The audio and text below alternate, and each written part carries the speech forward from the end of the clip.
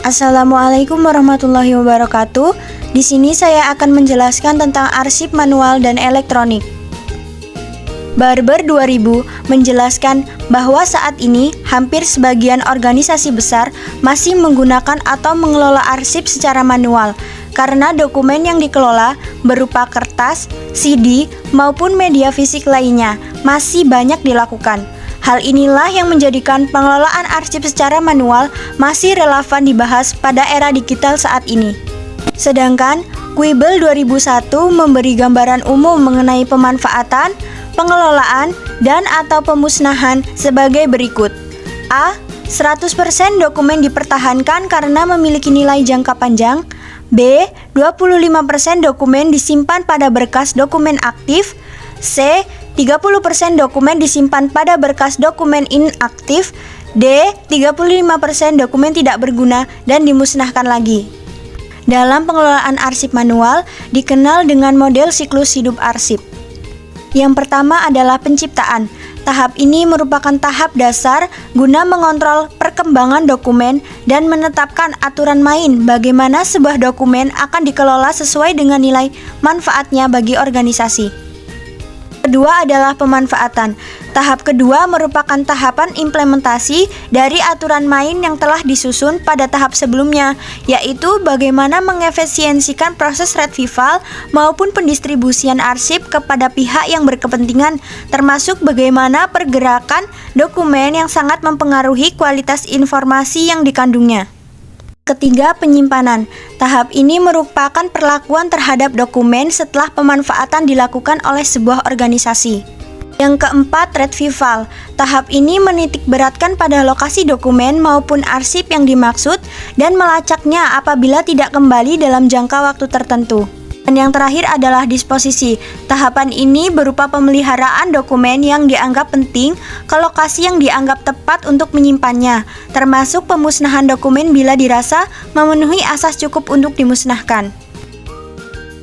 Sistem penyimpanan dokumen.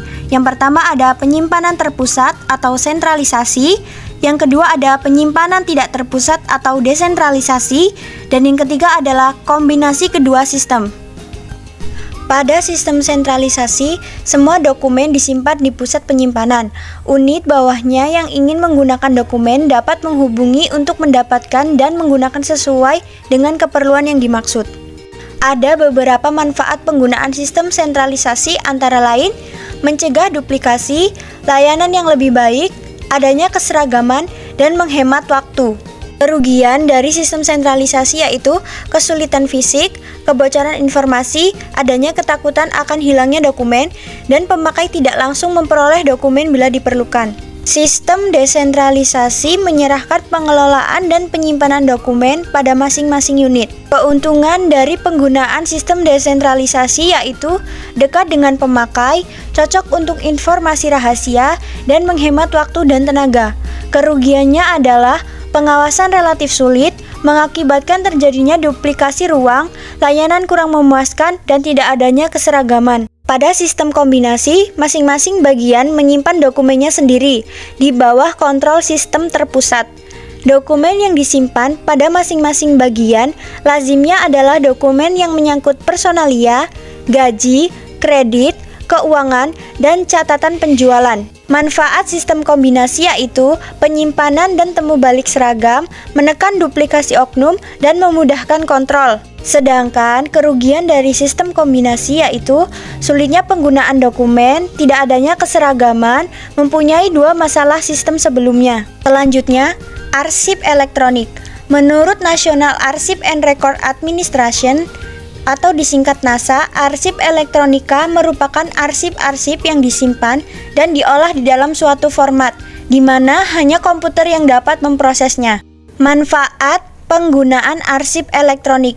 Yang pertama adalah cepat ditemukan dan memungkinkan pemanfaatan arsip atau dokumen tanpa meninggalkan meja kerja. Yang kedua, pengindekan fleksibel dan mudah dimodifikasi. Berdasarkan prosedur yang dikembangkan akan menghemat tenaga, waktu, dan biaya. Ketiga adalah pencarian secara full text. Dengan mencari file berdasarkan kata kunci maupun nama file yang ditemukannya dalam bentuk full text dokumen. Kecil kemungkinan file akan hilang. Hal ini disebabkan karena kita hanya dapat melihat di layar monitor. Yang kelima adalah menghemat tempat. 6. Mengarsip secara digital, sehingga resiko rusaknya dokumen kertas atau buram karena usia dapat diminimalisir karena tersimpan secara digital. 7. Berbagi arsip secara mudah. 8. Meningkatkan keamanan, karena mekanisme kontrol secara jelas dicantumkan pada buku pedoman pengarsipan secara elektronis, maka orang yang tidak mempunyai otoritas relatif sulit mengaksesnya. Kelemahan penggunaan arsip elektronik yaitu adanya peluang untuk memanipulasi file, menciptakan, menyimpan, dan memodifikasi atau menghapus dalam segala hal. Yang kedua, kesulitan untuk berbagi file karena format file maupun ketersediaan jaringan atau akses untuk berbagi file dengan yang lain. Yang ketiga yaitu kemungkinan rusaknya file setiap saat tanpa adanya indikasi terlebih dahulu.